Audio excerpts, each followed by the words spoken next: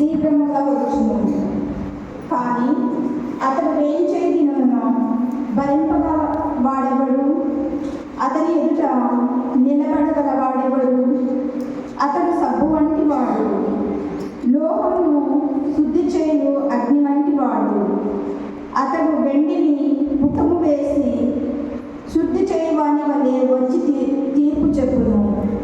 లోకాహుడు వెండి బంగారములను పుటము వేసినట్లే ప్రభుదూత యాజకులను శుద్ధి చేయును.